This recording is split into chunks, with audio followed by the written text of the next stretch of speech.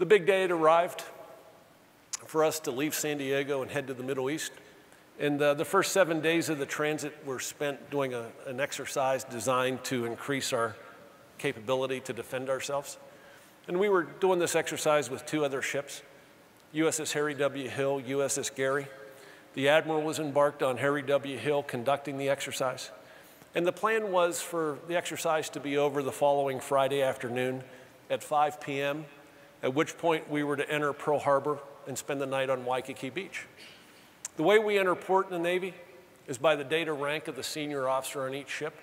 The Admiral was on Harry W. Hill. They were to go in first. By data rank, I was the junior captain in the entire Pacific Fleet. We would always go in last.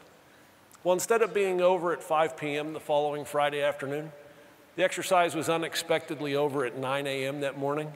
And we're sitting off the coast of Waikiki, steaming in circles, wasting fuel, waiting for 5 o'clock to roll around.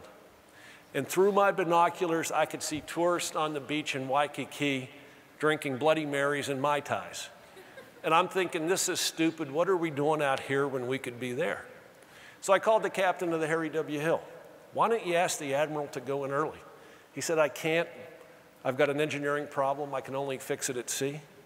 I called the captain of the USS Gary, and I'm calling them on an encrypted satellite voice radio that any sailor on any of the 3 ships can punch in the button and listen to the conversation. I called the captain of the Gary. He was a traditionalist, top-down, command and control. Don't challenge the plan. He excoriates me in public. Who are you to challenge the plan? Shut up, you're going in last. So I called the Admiral. I got nothing to lose. I'm the junior guy. And in a very gruff voice, he demanded to know why he should grant Benfold something he's not granting the other 2 ships. I said, well, sir, the exercise is over. We're wasting fuel steaming in circles. I said, I got a piece of broken equipment I can only fix in port. And besides, my crew's been working hard. I want to put them on the beach in Waikiki early.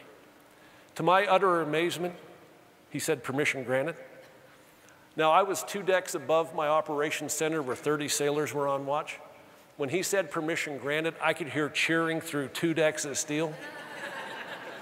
Now, we have 4 engines on the ship, and our normal configuration is only to steam on 1 engine because we save the most amount of fuel. You can do up to 18 knots. Everywhere we go, 18 knots or less. But you can do 24 knots on 2 engines, but use twice the amount of fuel. You can do 27 knots on 3 engines, and you can do 31 knots on 4 engines. When the Admiral said permission granted, I put all 4 engines online, came up to full power, and when we're at full power, it is so powerful, it kicks up a rooster tail of water that's 2 stories high. Scream into Honolulu, tied up by 10:30, cruise off the ship by 11 on their way to Waikiki. We never did save taxpayers 1 drop of fuel that day. Next day, we get underway to continue our transit to the Middle East, and the first sailor comes up for his interview. He says, you know, Captain, it seems to us, the crew, that you don't care if you ever get promoted again. And I said, where on earth did you get that from? He said, what you did for us yesterday. He said, you challenged the plan. He said, you had nothing to gain. You did it for us. We want you to know we got your back.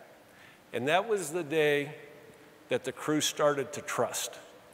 And they realized that the course that we were laying out for them was the one that they needed to get on board because it's going to put us in a position to be number 1. And you guys know how important trust is in your line of work. You know, your customers, me included, you know, trust your products. And it's something that we got to go out and defend every day.